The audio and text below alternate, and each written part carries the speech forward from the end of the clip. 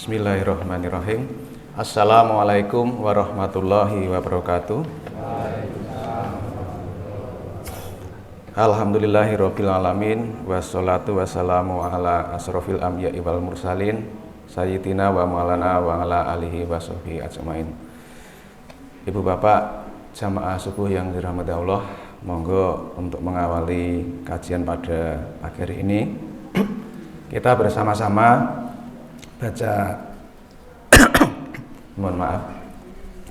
Kita awali pagi hari ini, kajian pagi hari ini dengan bersama-sama membaca Sayyidul Istighfar. Mudah-mudahan Allah memberikan ampunan pada kita semua dan juga memberikan jaminan kepada kita semuanya. Mari bersama-sama kita baca Sayyidul Istighfar. Bismillahirrahmanirrahim. Allahumma anta rabbi la ilaha illa anta khalaqtani wa ana abduka wa ana ala ahdika wa wa'dika astata'tu a'udzu bika min syarri ma sana'tu abu'u laka bi nikmatika alayya wa abu'u bi dzambi faghfirli fa innahu la yaghfiru dzunuba illa anta.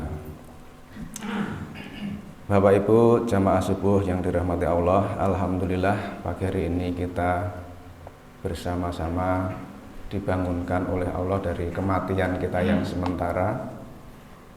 Kemudian kita bisa memandang di luar, alhamdulillah suasananya sangat indah. Karena hari ini bertepatan dengan hari ke-15 bulan Ramadan. Dan bulan di luar sana kita tadi sama-sama memandang waktu berangkat ke masjid begitu indahnya. Masya Allah, luar biasa nikmat yang diberikan Allah kepada kita. Terlebih pagi hari ini kita semuanya diberikan hidayah dan taufik oleh Allah Subhanahu wa taala sehingga dimampukan untuk melangkahkan kaki kita, kedua kaki kita untuk menuju masjid, kemudian bersama-sama melaksanakan salah satu keutamaan yaitu sholat subuh dengan berjamaah.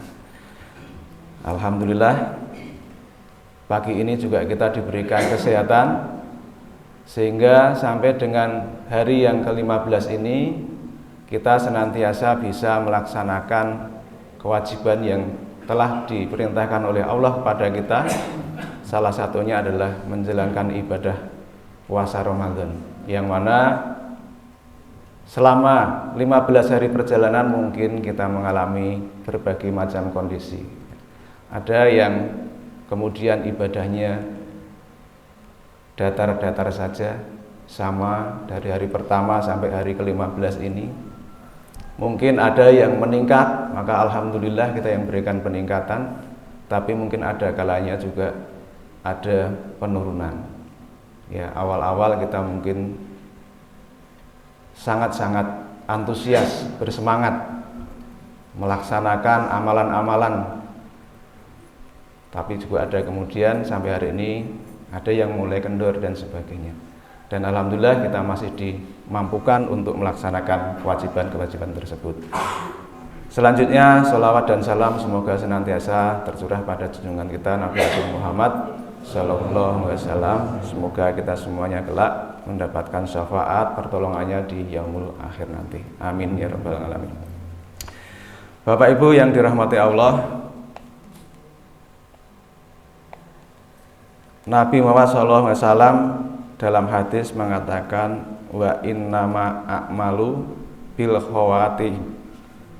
Ya, wa innamal a'malu bil khawatim. Yaitu apa? Sesungguhnya setiap amal ibadah itu tergantung pada akhirnya. Jadi apakah nanti kita akan berakhir dengan baik, husnul khotimah, ataupun berakhir dengan su'ul khotimah, itu tergantung pada akhirnya, bukan di startnya awal, bukan di pertengahan, tetapi di akhirnya.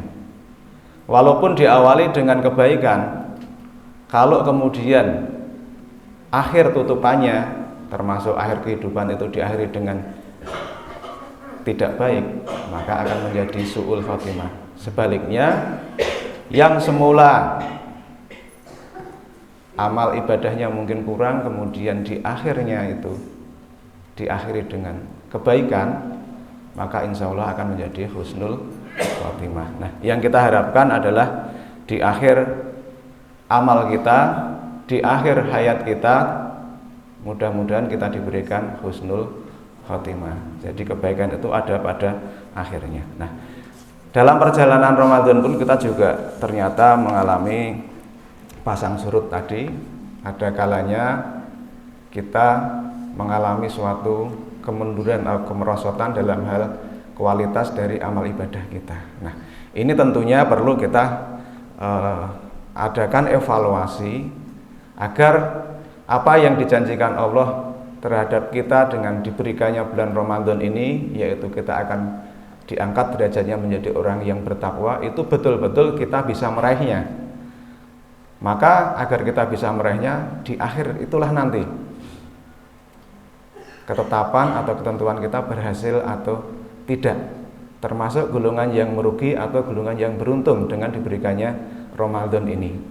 Nah, untuk itu Bapak Ibu, di pagi hari ini kami mengajak pribadi diri saya sendiri dan juga mengajak pada jamaah sekalian, mari kita bersama-sama senantiasa menguatkan kembali, berazam agar supaya Ramadan ini bisa kita raih kemenangan, kita raih derajat ketakwaan dengan cara terus meningkatkan kecepatan, kita gas amal kebaikan, amal ibadah kita kepada Allah Subhanahu wa Ta'ala.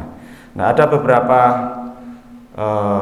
tips barangkali yang bisa kita lakukan untuk menjaga agar amal ibadah kita itu terjaga senantiasa kualitasnya, kemudian semakin meningkat.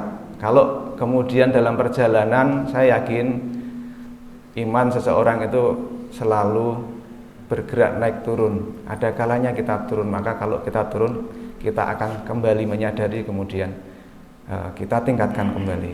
Nah, Bapak Ibu, di antara sebab-sebab menurunnya dari amal ibadah kita, kualitas amal ibadah kita, yaitu karena adanya dosa-dosa yang kita lakukan. Gusti Allah sudah memberikan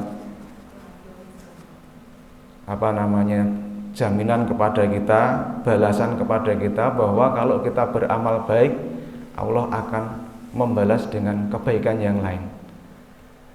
Namun sebaliknya, kalau kita melakukan kemaksiatan atau amalan yang buruk, yang tidak baik, maka juga Allah akan menghadirkan kemudahan kita untuk melakukan kemaksiatan yang lain.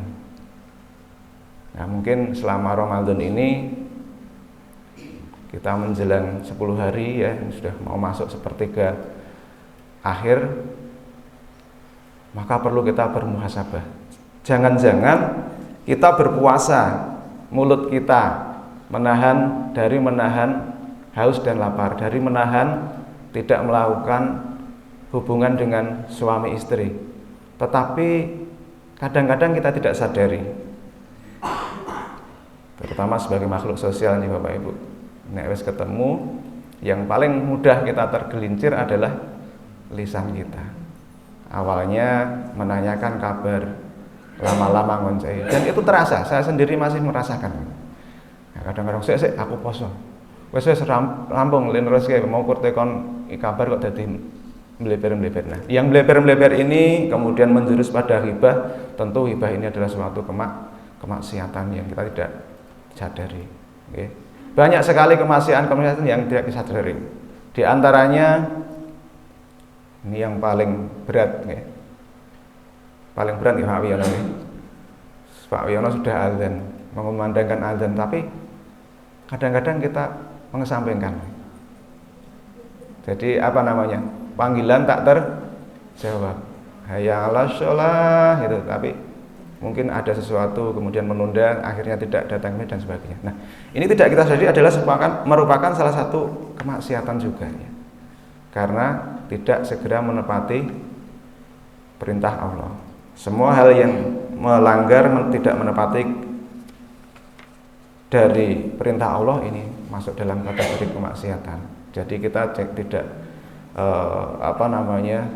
selalu asumsikan kalau bermaksiat itu berzina, mabuk dan sebagainya. Tapi banyak hal-hal itu yang kita kadang-kadang tidak sadari. Maka kemudian monggo, yang pertama agar kita terlepas dari dosa-dosa yang tidak kita sadari, kita perbanyak membaca istighfar. Okay. Jadi salah satu istighfar yang diperintahkan adalah membaca Sayyidul Istighfar seperti yang kita baca tadi. Okay. Bapak Ibu jamaah subuh yang dirahmati Allah, dengan beristighfar ini insya Allah akan menghapuskan dosa-dosa yang ada di pundak kita, yang menyebabkan kita menjadi berat untuk melangkahkan kaki masjid, untuk membuka mushaf, untuk bersedekah, untuk menegakkan sholat malam dan sebagainya. Nah, ini tentu kalau kita tidak bermuhasabah, kok malas dituruti, bisa jadi kesempatan di Ramadan ini kita hanya menjadi penonton yang tidak mendapatkan apa-apa, dan itu akan menyebabkan kerugian pada diri kita ketika Allah tidak mengampuni dosa-dosa kita padahal kita dipertemukan di bulan Ramadan ini. Yang kedua, Bapak Ibu, agar supaya kita bisa mempertahankan kualitas ibadah kita, terutama memasuki di 10 hari terakhir nanti, adalah dengan senantiasa bertawakal kepada Allah, bermohon dan menyerahkan doa-doa kita kepada Allah agar diberikan keringanan, agar diberikan kekuatan, hidayah dan taufik, sehingga kita bisa melaksanakan amalan di bulan Ramadan ini dengan sebaik-baiknya. Bapak Ibu, tanpa ridha dari Allah kita tidak mungkin bisa melaksanakan amalan puasa. Tidak sedikit dari kita merasa bahwa dirinya kuat, pengalaman tahun yang lalu bisa puasa penuh, ternyata tiba-tiba oleh Allah dibuat kondisi kesehatannya sedikit menurun, sakitnya nggak usah berat-berat, sakit perut, nah, seloro weteng kon poso, kira-kira kuat mboten Bu? Wetenge lorong gures, kemudian saking nyerinya, ya kalau ada yang punya bakat namanya gastritis akut, niku nek lagi kumat nih Bapak Ibu, kadang-kadang junjung kuping pun mboten kuat, pun ngelitak tenan. Nah, beberapa hari yang lalu saya juga menangani pasien tuh tiba-tiba ya di bawah itu udah nggak bisa mengangkat telinga nempel ini tidak diangkat nih. Nah, disuntik langsung bergenggeng, ya udah batal puasanya gara-gara tiba-tiba diberikan fisik yang tidak kuat, padahal sebelumnya pagi sahur, ya aktivitas biasa, oleh teman-temannya dibawa ke rumah sakit, kemudian itu nggak mampu. Nah, ini semua karena apa? Karena pertolongan dari Allah Subhanahu wa Ta'ala. Maka Bapak Ibu, barang siapa yang bertawakal kepada Allah, maka Allah akan cukupkan. Ini penting sekali. Kita harus selalu berdoa, bermohon dan berserah diri pada Allah. Ya. Salah satu doa yang dianjurkan, zikir yang dianjurkan untuk mendapat pertolongan pada Allah, yaitu Allahumma a'ini ala dzikrika wa syukrika wa husni ngibadati. Nah, ini salah satu permohonan kita, bentuk tawakal kita pada Allah. Mohon pada Allah, ya Allah, berikanlah pertolongan padaku sehingga aku mampu untuk berzikir kepadamu, aku bisa bersyukur kepadamu, dan aku bisa memperbaiki ibadahku. Nggih Bapak Ibu, kalau kemarin kita merasa 15 hari yang kita jalani kok biasa-biasa saja, maka masih ada 15 hari atau 14 hari di belakang. Kita bisa tingkatkan kita bisa kejar sehingga di 10 hari terakhir nanti betul-betul kualitas ibadah puasa kita akan lebih baik, akan selalu meningkat, dan pada akhirnya Allah memberikan hadiah pada kita sesuai dengan janjinya, yaitu ampunan dari dosa-dosa kita dan mengangkat kita pada derajat orang yang muttaqin, orang-orang yang bertakwa. Nggih, menika. Yang kedua, kita perbanyak zikir kita dengan baca la haula wala quwata illa billah. Tiada daya dan kekuatan kecuali hanya dari Allah. Contoh yang tadi, sehat, ora ngopo-ngopo, tiba-tiba sakit. Ini yang kita ini. Ya, kita biasa-biasa kita mampu 15 hari aman, nggak tahu kita setelahnya nanti akan seperti apa. Maka mari kita berdoa, karena seperti yang difirmankan oleh Allah bahwa kita manusia itu sebenarnya adalah ciptaan Allah yang dalam kondisi lemah. Oke. Di surat An-Nisa disebutkan demikian. Kemudian yang ketiga, Bapak Ibu, tiga mawon nggih biar nggak kesiangan. Salah satu tip agar kita diberikan kekuatan untuk senantiasa menjaga amal ibadah, bisa meningkatkan kualitas kita selama Ramadan adalah dengan berhusnuzon kepada Allah, berprasangka baik kepada Allah. Ya, sesuai dengan hadis qudsi riwayat Bukhari yang disebutkan di sana, aku tergantung prasangka hambaku kepadaku. Jadi aku Allah gitu ya, itu tergantung pada prasangka hambanya. Kalau hambanya berprasangka buruk, maka Gusti Allah akan memberikan keburukan. Tapi kemudian kalau kita berprasangka baik pada Allah, insya Allah Allah akan menolong saya menjalani Ramadan ini dengan baik. Insya Allah akan diampuni dosa-dosa kita, insya Allah akan diangkat ke derajat yang takwa, optimis, bukan pesimis. Wah, wis 15 dina, agak 15 dina kok rasanya wis lemes, tekan ora sesuk. Nah, itu termasuk prasangka yang kurang baik. Tapi walaupun hari lemes, insya Allah besok nanti malam saya akan sahur lebih banyak biar siangnya nggak lemes dan sebagainya, sehingga puasanya bisa berlanjut. Insya Allah dengan badan yang lebih kuat, saya akan mampu melangkahkan kaki ke masjid, kemudian mengikuti kegiatan jamaah, kemudian menegakkan sholat malam, kemudian memperbanyak tadarus dan sebagainya. Nah, kita bangun image kita untuk positive thinking, berprasangka yang baik kepada Allah. Nanti insya Allah Allah juga akan memberikan sesuai dengan persangkaan kita padanya. Ya, kalau kita sudah optimis, besok hidup saya akan baik, besok nasib saya akan baik, besok cita-cita saya akan terkabul, insya Allah Gusti Allah akan mengabulkan. Tapi apa iya aku kur ngene? Nah, itu ada optimisme yang harus kita bangun, jangan pesimis. Kalau pesimis berarti kita suudzon, prasangka kita nggak baik. Karena sesungguhnya Gusti Allah itu maha besar, Allah maha pengasih, maha penyayang. Setiap doa-doa yang kita panjatkan pada Allah, insya Allah akan dikabulkan. Terlebih di bulan Ramadan, doa-doa kita sangat diperhatikan. Ada waktu-waktu khusus, sesaat sebelum kita berbuka, masuk waktunya berbuka, kita panjatkan keinginan-keinginan kita. Atau di sepertiga akhir,